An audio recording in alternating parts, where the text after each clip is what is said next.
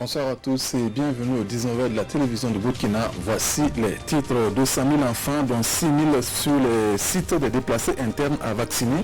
Dans la région du Sahel, c'est l'objectif de la campagne contre la rougeole et la rubéole. Une campagne qui se déroule normalement au 4e jour après le début de l'opération, malgré le contexte sécuritaire que connaît la zone.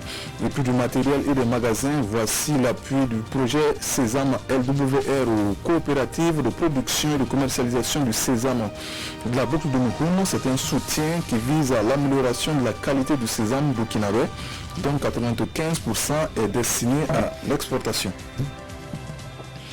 La campagne de vaccination contre la rougeole et la rubéole se déroule au Sahel malgré le contexte sécuritaire. L'objectif est de toucher plus de 200 000 enfants, dont 6 000 sur les sites des déplacés internes.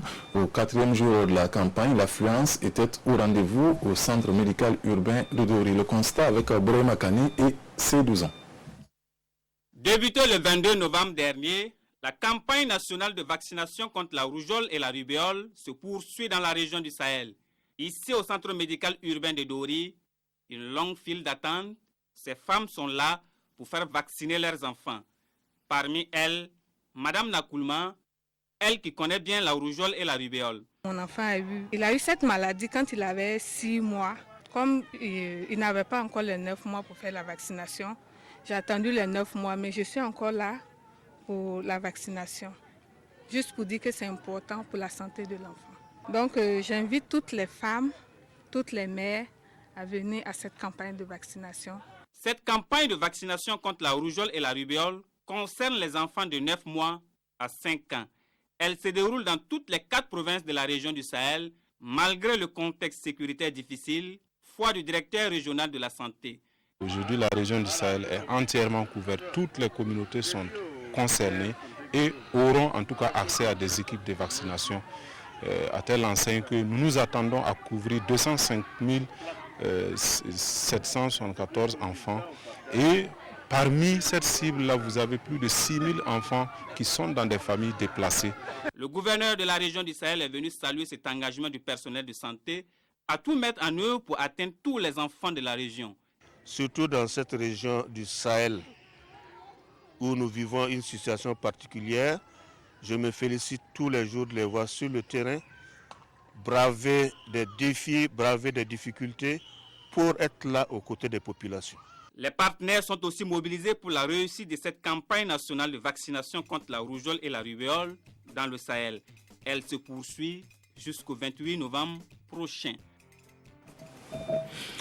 Manque de rampes d'accès aux édifices, difficulté de dialoguer avec les médecins à langage des signes, ce sont là autant de lacunes dans le respect des droits des personnes handicapées. Pour changer la donne, le projet Combler l'écart tiendra en compte avec ces personnes à Ouagadougou en vue de trouver des solutions idoines et surtout mener le plaidoyer. Jean-Eudes Bayala et Zalissa Sanfo.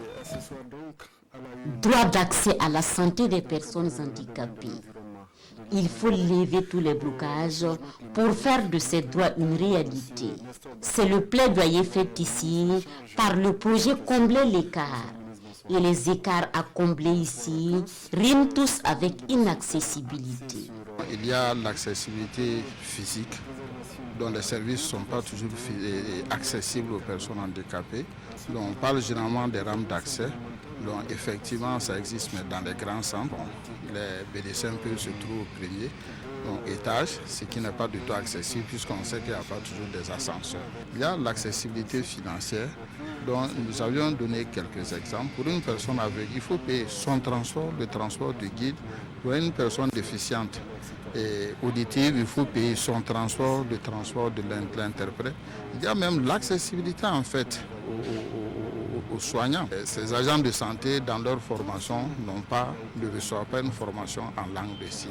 Des problèmes d'accès qui constituent ici, selon les différents acteurs, une violation des droits humains. Nous travaillons afin que les politiques publiques du Burkina soient de plus en plus inclusives des personnes handicapées dans leur accès à la santé, notamment en ce qui concerne la carte d'invalidité. La carte d'invalidité existe bel et bien au Burkina Faso. Et les détenteurs de cette carte devraient bénéficier en principe d'une exonération ou de réduction sur certaines prestations sanitaires. Mais selon le porte-parole des personnes handicapées ici, les services de santé ne la reconnaissent pas ou la rejettent, tout simplement. Le conseil municipal de Waigué a tenu une session extraordinaire sur les infrastructures marchandes de la commune, la gestion de l'établissement public communal de développement, du marché central et de la gare routière était le sujet à l'ordre du jour. Une session qui a lieu après moult tractations. Issoufou Kabore, Alain Alidou Savadogo.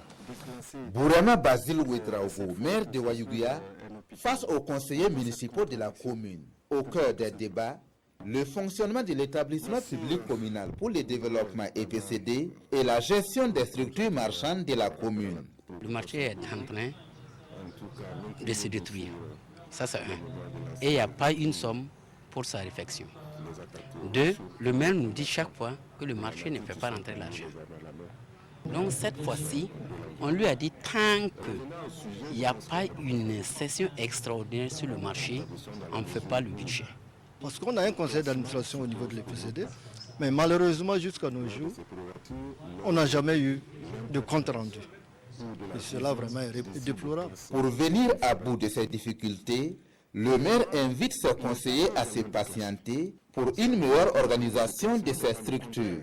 Et effectivement, nous avons des difficultés de gestion parce que le nerf de la guerre naturellement fait défaut. Il n'y a pas beaucoup de financement. Voilà pourquoi ensemble, nous avons décidé de voir quelle nouvelle orientation il faut donner à l'établissement public communal de développement, l'EPCD. Il faut dire que nous sommes dans une phase de réflexion. Et une session extraordinaire ne peut pas prendre véritablement des décisions catégoriques. Cette session extraordinaire précède la session ordinaire qui se tiendra du 26 au 28 novembre. Elle a permis aux conseillers de faire des suggestions pour une réorganisation de la gestion de l'EPCD, du marché, de la gare routière et de l'auberge populaire. 95% de la production de sésame au Burkina est destinée à l'exportation, mais pour être plus compétitif, il doit répondre aux normes de qualité, d'où l'initiative du projet Sésame de la LWR qui vient ainsi en appui aux coopératives de la Boucle de Moune. Elles ont reçu du matériel et des infrastructures de stockage. Le reportage depuis Safani de Lassina Ouattara, Edouard Ouedraogo et Aïcha Dianda. Les coopératives de production et de commercialisation du sésame reçoivent ici à Safané un magasin d'une capacité de stockage de 150 tonnes, 4 tricycles, 49 bâches, entre autres. Ces équipements vont leur permettre de répondre aux exigences et aux normes du marché international. Après les producteurs qui ont été bien formés sur les itinéraires, après qu'ils aient été bien formés sur les bonnes pratiques de récolte et de post-récolte. Donc vous voyez, là, ce sont leurs organisations qui sont chargées de commercialiser, qui sont en contact direct avec les acheteurs. Ce sont ces organisations-là maintenant qui reçoivent ce lot d'appui pour leur permettre non seulement de collecter, de grouper, mais aussi tout en respectant la chaîne de qualité de traitement du sésame.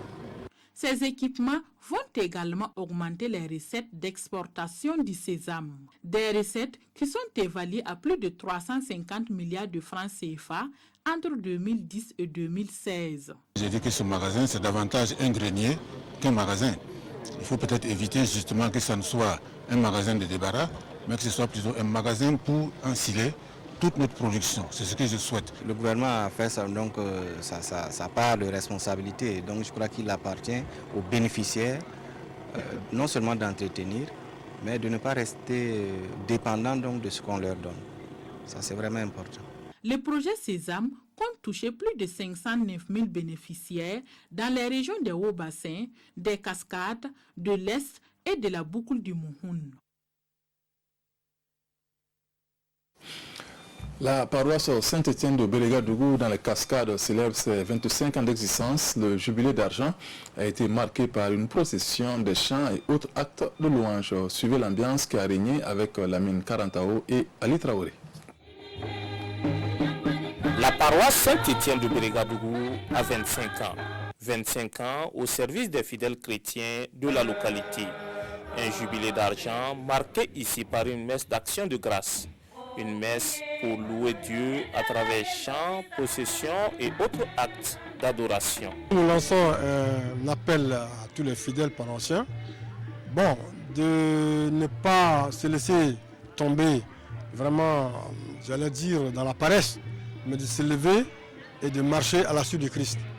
Voilà. Un homme, une femme, c'est un chrétien debout et qui marche, qui avance. Ce message cadre bien avec le thème de ce jubilé d'argent, fidèles chrétiens de Bérégadougou, 25 ans de marche avec le Christ, avance au large. Un thème qui retient bien l'attention de tous. Le témoignage étant la manière concrète d'avancer au large. Être témoin comme Saint Étienne. Tout chrétien est un témoin de l'avènement du Seigneur. Dans le langage chrétien, ce mot de témoin a un sens large et précis. Il ne désigne pas le spectateur passif qui dépose comme dans nos juridictions modernes. Il n'implique pas non plus une simple action passagère. Il dit un état. Il s'identifie totalement avec la vie. 25 ans d'existence, c'est donc une nouvelle vie qui commence pour la paroisse de Bérégadougou et ses fidèles. Des fidèles qui ont promis d'œuvrer pour porter très haut le message du Seigneur. Célébration du Mouloud en différé par Cheikh Ali Doussana ce 23 novembre à Ouagadougou. La célébration a eu lieu sous le thème « Comment faire pour vivre en communauté dans la santé, la paix, le respect et dans la communion à travers la diversité religieuse et entre Burkinabé ». Reportage Moussa Ouedraogo et Issa Kanana.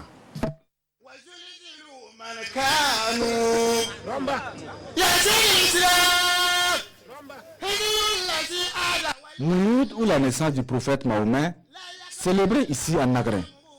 C'est à son domicile que Cheikh Ali Doussana convie les fidèles musulmans pour la célébration de la naissance du prophète de l'islam. Occasion pour lui de rappeler aux fidèles les valeurs prônées par la religion musulmane.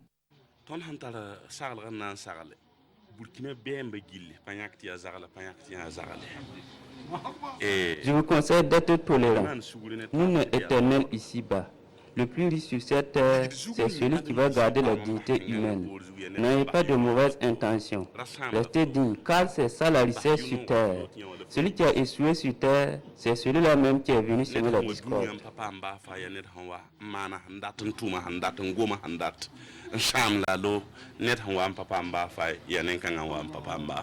Pour l'occasion, des guides religieux de plusieurs localités du pays ont fait le déplacement de Nagrin. Ils ont tous imploré Allah pour que règne la paix, la solidarité et la cohésion sociale au Burkina Faso. Louanges, prêches, prières, doigts ont également marqué la célébration du Mouloud ici à Nagrin. C'est la fin de cette édition. Merci de l'avoir suivi. Le 20h, c'est en compagnie de Nathalie Kaoré. Bonne suite de programme sur la RTB. Bonsoir.